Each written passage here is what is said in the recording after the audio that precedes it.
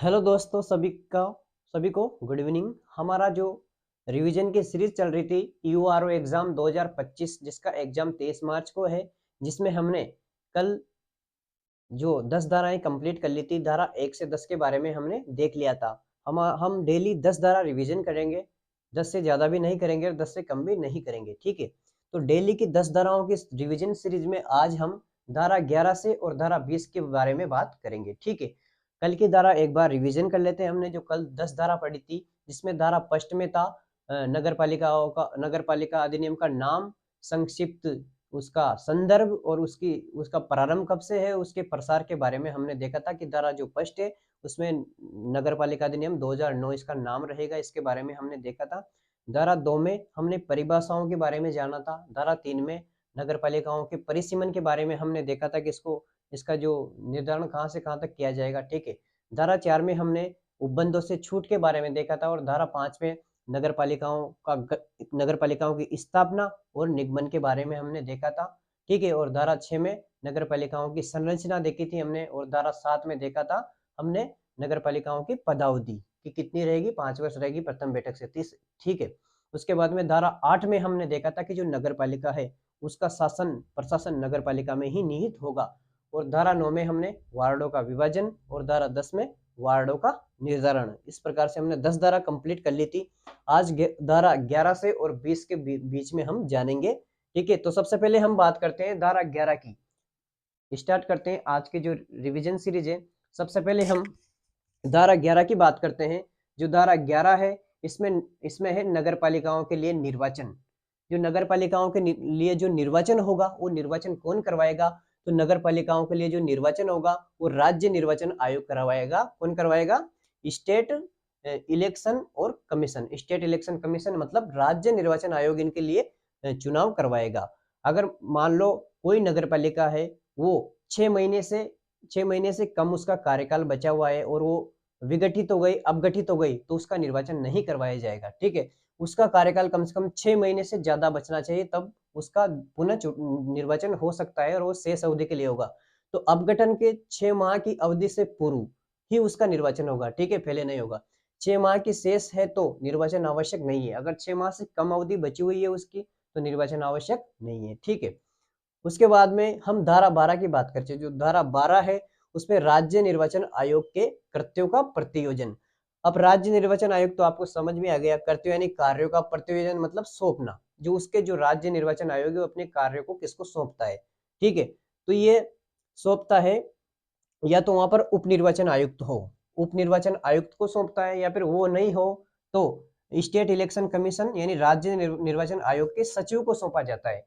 और ये जो सौंपा जाता है, जो प्रतियोजन को, इसको डेलीगेशन बोलते हैं इंग्लिश में। सौंपना डेलीगेशन यानी सौंपा जाता है। या तो उप निर्वाचन आयुक्त को सौंप देंगे, वो नहीं रहेगा तो राज्य निर्वाचन आयोग के सचिव को सौंप देंगे, ठीक है। तो इस प्रकार से हमने धारा 11 और 12 देख ली।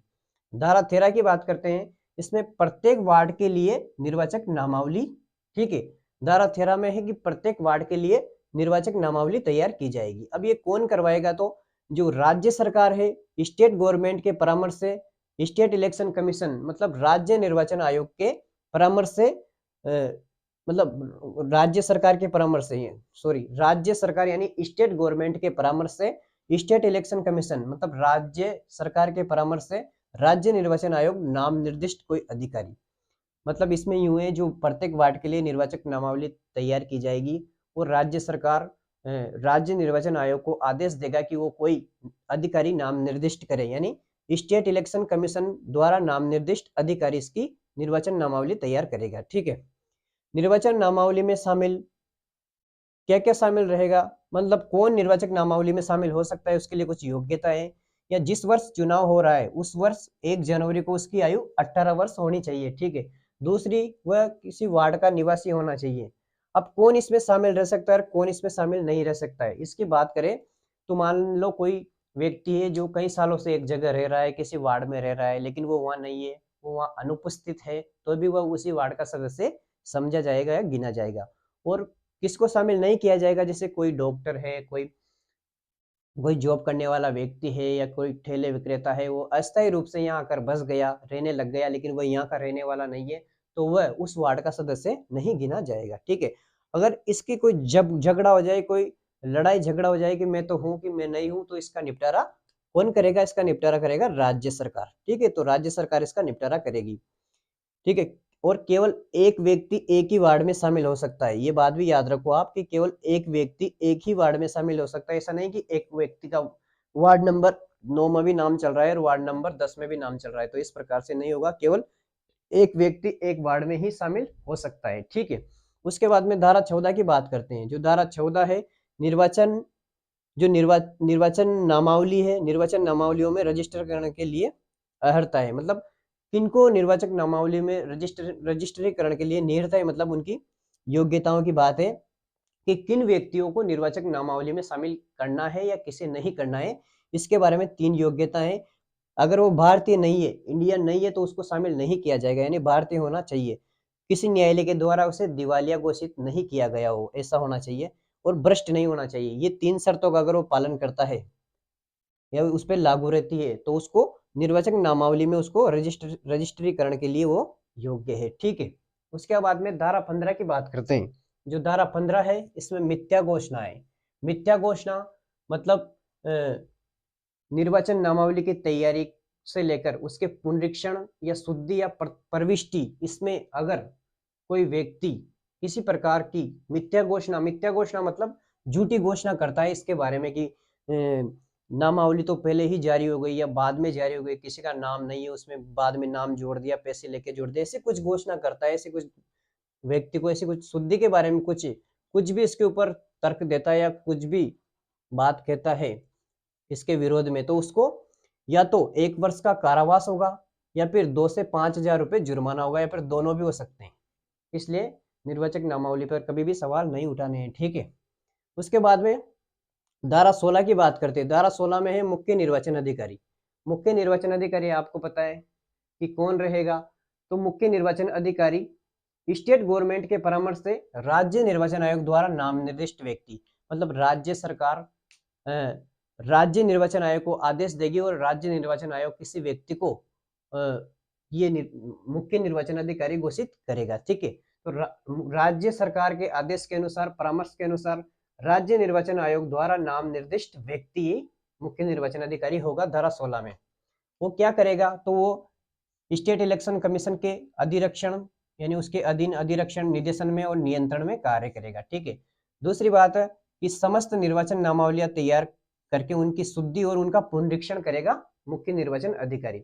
निर्वाचकों का संचालन करेगा और अन्य कृत्य जो स्टेट इलेक्शन कमीशन द्वारा बताए जाए तो उनको भी वो करेगा मुख्य निर्वाचन अधिकारी। ठीक है, उसके बाद में धारा 17 की बात करते हैं। जो धारा 17 है, इसमें जिला निर्वाचन अधिकारी, उसके बाद में जिला निर्वाचन अधिकारी आता है।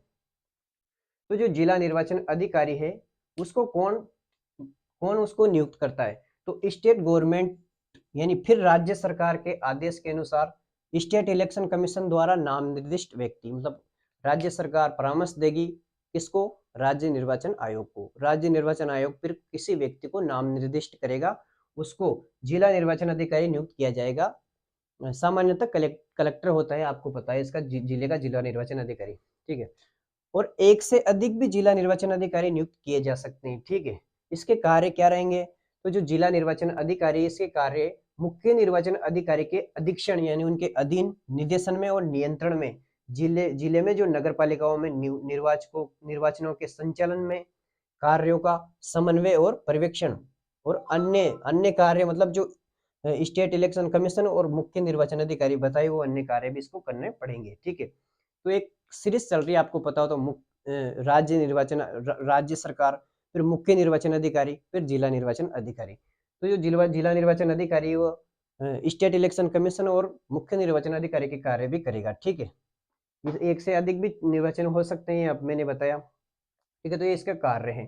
धारा 18 की बात करते हैं, स्टाफ उपलब्ध करवाना। मतलब कोई नामावली जो कोई नामावली तैयार करता है, नाम निर्दिष्ट कोई व्यक्ति है, नाम निर्दिष्ट अधिकारी को अगर स्टाफ की जरूरत पड़ेगी तो स्टाफ अवेलेबल करवाया जाएगा धारा 18 में। ठीक है, और ऐसा स्टाफ रहेगा उसको डेपुटेशन पर लगाया जाएगा धारा 19 में, मतलब प्रतिनियुक्ति। मतलब प्रतिनियुक्ति आपको पता है, डेपुटेशन अभी सीईटी में एग्जाम में क्वेश्चन आया था, डेपुटेशन का हिंदी में अर्थ क्या है? तो प्रतिनियुक्ति। तो जो स्टाफ उपलब्ध करवाया जाएगा उसको प्रतिनियुक्ति पर लगाया जाएगा, ठीक है। उसके बाद में धारा 20 है। धारा 20 में पद का दोषी मतलब कोई व्यक्ति, कोई भी अधिकारी या कोई नाम निर्दिष्ट अधिकारी या मुख्य निर्वाचन अधिकारी के अधीन कोई भी अधिकारी अगर किसी प्रकार का यहाँ पर किसी प्रकार का दोषी पाया गया, कोई झूठी घोषणा वगैरह कुछ करता पाया गया, तो उसको 3 महीने से लेकर 2 वर्ष तक की तो सजा हो सकती है। मतलब कारावास कितना कारावास हो सकता है उसको, 3 महीने से लेकर 2 वर्ष तक का कारावास या फिर 1,000 रुपए की जुर्माना, या फिर दोनों हो सकते हैं। 3 महीने से 2 वर्ष तक का कारावास और 1,000 रुपए जुर्माना दोनों भी हो सकते हैं। तो इस प्रकार से हमने 10 धाराएं कंप्लीट की। आपको अच्छे से रिवाइज हो गई होगी 10 धारा, ठीक है। एक बार और देख लेते हैं। सबसे पहले हमने धारा 11 देखी, नगर पालिकाओं के लिए निर्वाचन राज्य निर्वाचन आयोग करेगा। अपघटन अगर 6 माह की अवधि से पूर्व है तो उसका चुनाव जरूरी नहीं है। 6 माह की शेष अवधि है तो निर्वाचन आवश्यक नहीं है। अगर 6 माह से ज्यादा है तो करवा सकते हैं, और जो बची अवधि के लिए ही वो रहेगा। धारा 12 में राज्य निर्वाचन आयोग के कर्तव्यों का प्रतिवेदन मतलब सौंपना, डेलीगेशन किसको सौंपता है, उप निर्वाचन आयुक्त या फिर राज्य निर्वाचन आयोग के सचिव को। धारा 13 में प्रत्येक वार्ड के लिए निर्वाचन नामावली कौन तैयार करेगा, स्टेट गवर्नमेंट के परामर्श से स्टेट इलेक्शन कमीशन द्वारा नाम निर्दिष्ट अधिकारी। निर्वाचक नामावली में शामिल कौन हो सकता है, उस वर्ष उसकी आयु 1 जनवरी को 18 वर्ष हो गई हो और वार्ड का निवासी हो। कौन निवासी, उसमें कौन निवासी रहेगा और कौन नहीं। तो जो ठेला वगैरह विक्रेता ऐसे अस्थायी रूप से डॉक्टर वगैरह वहां रह रहे हैं जो वहां का निवासी नहीं है तो वो उसमें शामिल नहीं है। और कोई व्यक्ति वहां का है और बाहर जाके रह रहा है तो उसको वहां का निवासी समझा जाएगा। अगर लड़ाई झगड़े में इसमें निपटारा की बात करें तो राज्य सरकार तय करेगी कि कौन निवासी है कौन नहीं है। धारा 14 में निर्वाचक नामावली में रजिस्ट्रीकरण के लिए अर्हता या योग्यता, इंडियन होना चाहिए, दिवालिया या भ्रष्टाचार, ये दोनों, दिवालिया नहीं हो, भ्रष्ट आदमी नहीं हो, ठीक है। धारा 15 में बात करें तो मिथ्या घोषणा, निर्वाचक नामावली की तैयारी, पुनरीक्षण और शुद्धि प्रविष्टि के बारे में अगर आपने झूठी घोषणा करी, मिथ्या घोषणा करी तो आपको 1 वर्ष का कारावास या 2 से 5,000 रुपए अथवा दोनों हो सकते हैं, दोनों से दंडित किया जा सकता है। धारा 16 में मुख्य निर्वाचन अधिकारी, मुख्य निर्वाचन अधिकारी राज्य सरकार के परामर्श से स्टेट इलेक्शन कमीशन नाम निर्दिष्ट करेगा। वो व्यक्ति वो क्या करेगा, तो स्टेट इलेक्शन कमीशन के अधीक्षण, निर्देशन और नियंत्रण में कार्य करेगा। समस्त निर्वाचक नामावली तैयार और शुद्धि पुनरीक्षण करेगा, निर्वाचन का संचालन करेगा, अन्य कृत्य जो राज्य निर्वाचन आयोग उसको सौंपे। धारा 17 में जिला निर्वाचन अधिकारी 1 से अधिक हो सकते हैं। राज्य सरकार परामर्श करेगी स्टेट इलेक्शन कमीशन को, वो नाम निर्दिष्ट व्यक्ति इसका निर्वाचन अधिकारी होगा। जिला निर्वाचन कार्य क्या होगा, तो मुख्य निर्वाचन अधिकारी के अधीक्षण, नियंत्रण और जिले के मतलब मुख्य नगर पालिका अधिकारी के अधीक्षण, निर्देशन और नियंत्रण में जिले की नगर पालिकाओं में निर्वाचनों के संचालन में कार्यों का समन्वय, पर्यवेक्षण और अन्य कृत्य में जो स्टेट इलेक्शन कमीशन और मुख्य निर्वाचन अधिकारी बताए। धारा 18 में स्टाफ उपलब्ध करवाना, मतलब अगर जरूरत पड़े किसी निर्वाचन अधिकारी को तो स्टाफ उपलब्ध करवाया जाएगा। धारा 19 में ऐसा जो स्टाफ रहेगा उसको प्रतिनियुक्ति या फिर डेपुटेशन पर लगाया जाएगा। धारा 20 में पद का दोषी पाने पर 3 माह से 2 वर्ष तक की सजा और 1,000 रुपए का जुर्माना अथवा दोनों से उसको दंडित किया जा सकता है। आपको ये क्लास समझ में आई होगी, 10 धारा अच्छे से समझ में आ गई होगी।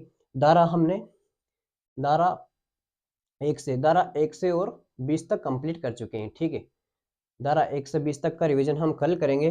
धारा 1 से और 20 तक हम अच्छे से याद कर चुके हैं। धारा 21 से 30 तक हम कल की क्लास में देखेंगे। अगर आपको ये क्लास अच्छी लगी हो तो इसको चैनल को लाइक, सब्सक्राइब और शेयर जरूर करें।